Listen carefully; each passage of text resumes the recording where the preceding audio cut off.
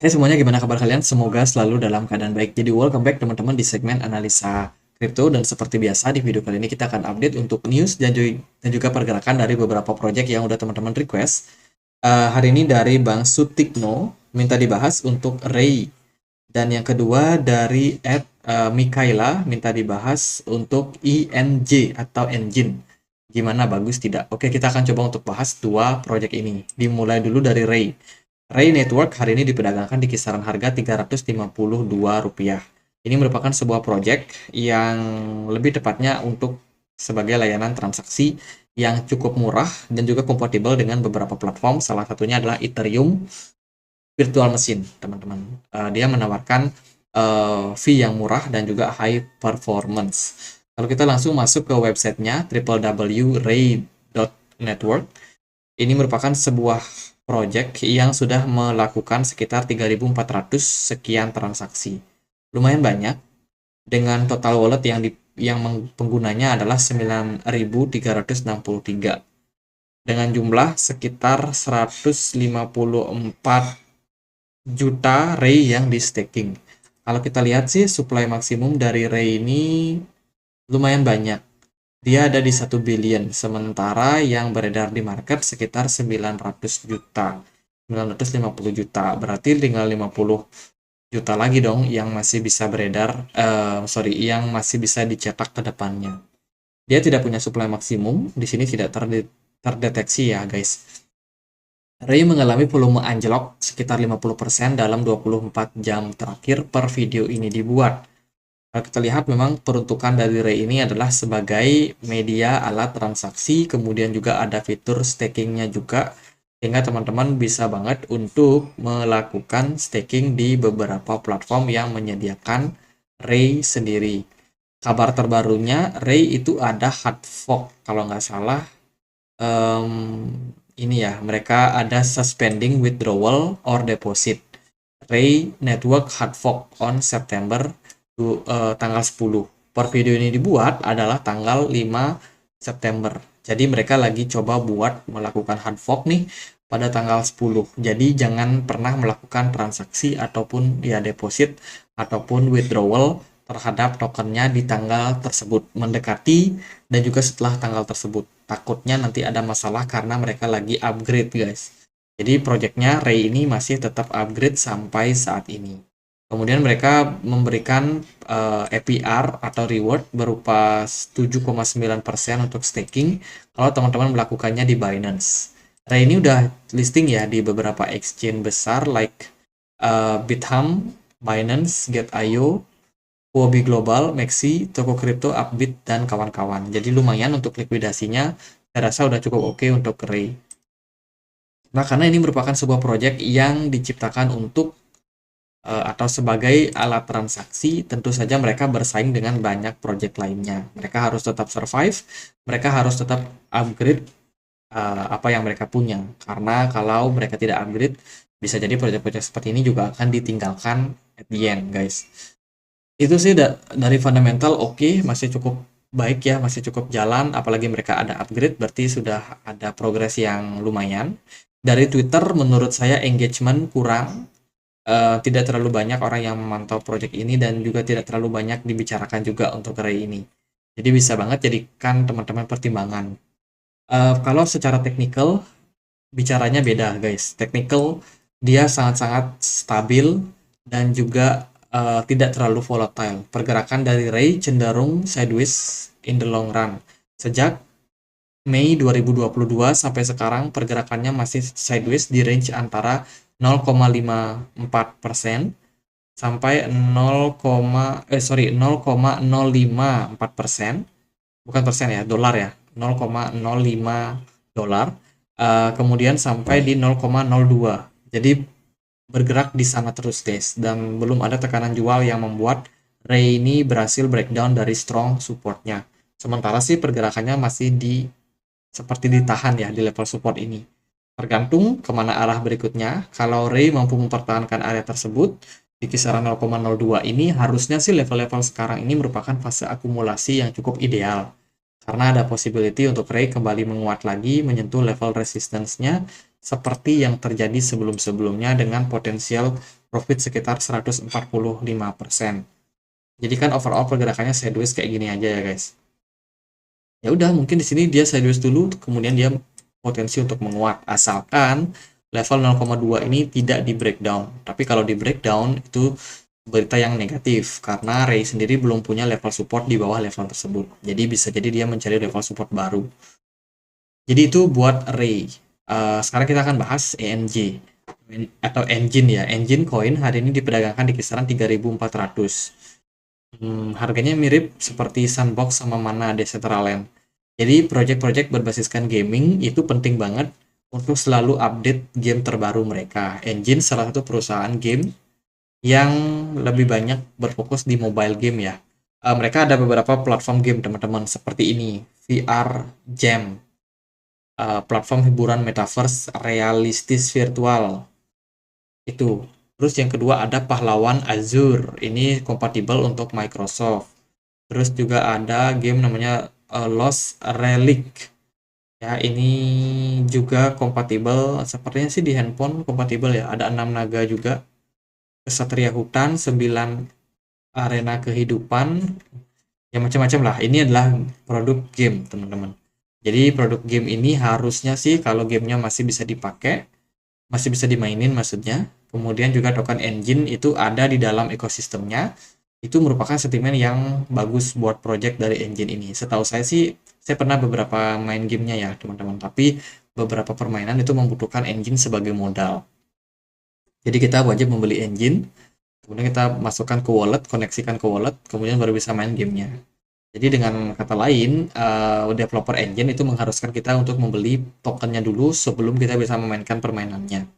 Saya nggak tahu ini apakah menarik atau enggak, tapi buat player yang sukanya gratisan, biasanya mereka mau coba-coba dulu di awal, ya mereka akan ragu untuk masuk. Kecuali kalau engine memberikan free entry ya untuk mainnya gratis, tapi kalau ada fitur-fitur seperti mungkin apa skin yang baru di gamenya atau mungkin ada senjata yang baru, armor yang baru, yaitu mungkin bisa dibeli dengan token engine, yaitu bagus-bagus aja. Itu secara adopsi guys. Jadi kalau project ini nggak menggunakan token engine, ya ngapain diciptain engine-nya, ya kan? Jadi token engine kalau nggak dicipta, kalau nggak dipakai ya rugi banget kalau diciptakan, nggak ada demand nanti guys. Gitu. Ada supply and demand ya. Nah, kalau kita lihat sih dari sini, engine kayaknya lagi fokus sama yang namanya NFT untuk saat ini. Engagement-nya masih lumayan bagus nih untuk project-project berbasiskan NFT. Ini apa nih? Kayaknya berhubungan sama SEC.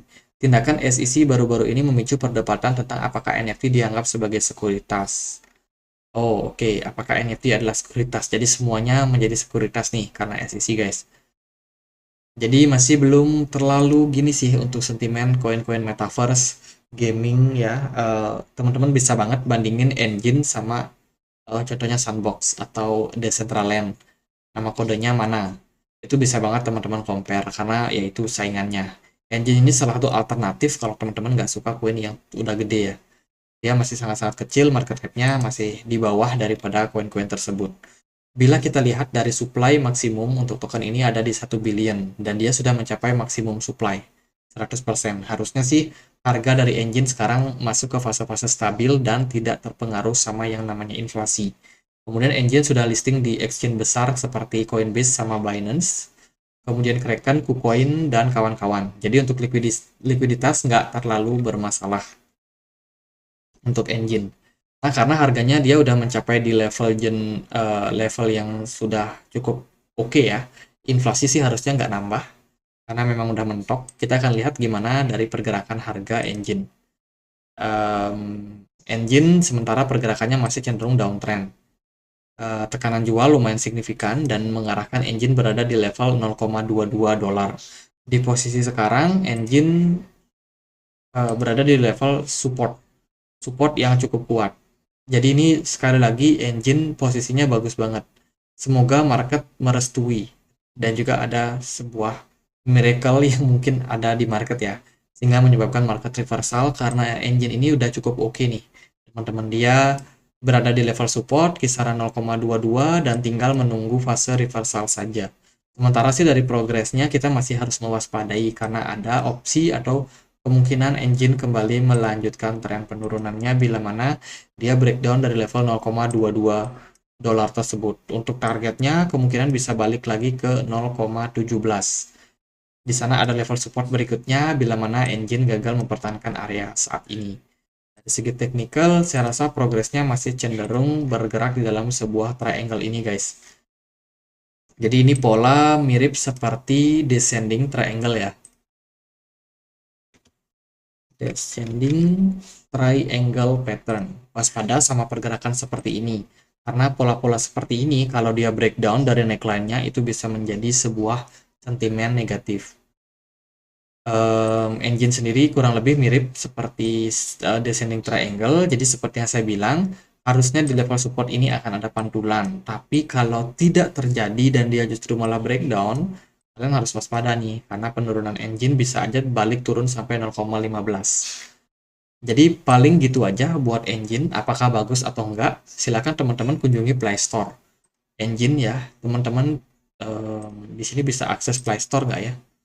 Bentar ya guys, kita akan coba untuk akses Play Store-nya. Nah ini guys, Engine punya wallet. Ya, walletnya namanya Engine. Dompet, Crypto, and NFT. Teman-teman wajib banget untuk punya wallet ini kalau teman-teman mau tahu project Engine bagus atau enggak. Kemudian teman-teman tinggal masuk aja ke platformnya Engine PTE Ltd. Teman, ini adalah platformnya. Gaming yang connects. Jadi fungsinya ini kan untuk mengelola, memperdagangkan, menyimpan, menjelajahi, mendistribusikan, mengintegrasikan aset blockchain sama NFT. Jadi itu fungsi daripada token, wallet daripada engine ini ya. Kalau kita cek sih di sini kayaknya kemarin aku pernah deh main game semut-semutan gitu teman-teman. Tapi gamenya itu harus deposit dulu kalau kita mau main game ENJ ya. Apakah gamenya masih atau enggak? Nah itu kurang tahu juga nih. Kayaknya gamenya udah nggak ada nih guys. Jadi gamenya mungkin udah dihapus ya sama engine. Karena satu-satunya yang punya gini cuma engine ini. Oh, sepertinya gamenya udah nggak ada. Paling gitu aja sih buat engine sekarang, teman-teman. Silakan teman-teman untuk eksplorasi lagi. Kalau dari saya melihat engine ini, saya pernah main, seingat saya pernah mainin game engine ini. Cuman kalau gamenya masih apa enggak, nah itu saya nggak tahu. Karena kan yang namanya di Play Store, mereka bisa aja di delisting, dikeluarin gitu ya guys. Atau mungkin mereka cuma tersedia di website aja untuk saat ini. Ya kita nggak tahu, harus dipantau. Kayaknya ini belum ada gamenya ya, ini masih trailer gitu ya, karena hanya ada videonya aja. Oh, oke. Kita coba untuk eksplorasi nih, biar teman-teman juga tahu apakah engine ini gamenya masih ada atau enggak, bisa dimainin apa enggak. Jangan sampai kita masuk ke project-project yang istilahnya bodong. Ini aku udah, nah kita coba lihat Kesatria Hutan ya, main sekarang. Nah, ini ada gamenya guys. Kita bisa main nih gamenya Kesatria Hutan. Ada di Play Store. Silahkan teman-teman untuk coba gamenya yang bisa kalian mainin seperti ini. Karena kalau enggak, teman-teman nggak tahu apakah gamenya bagus atau enggak, adopsinya banyak atau enggak. Oh, beberapa game itu masih dalam posisi beta, masih uh, belum listing. Beberapa game itu sudah ada guys, sudah ada di Play Store.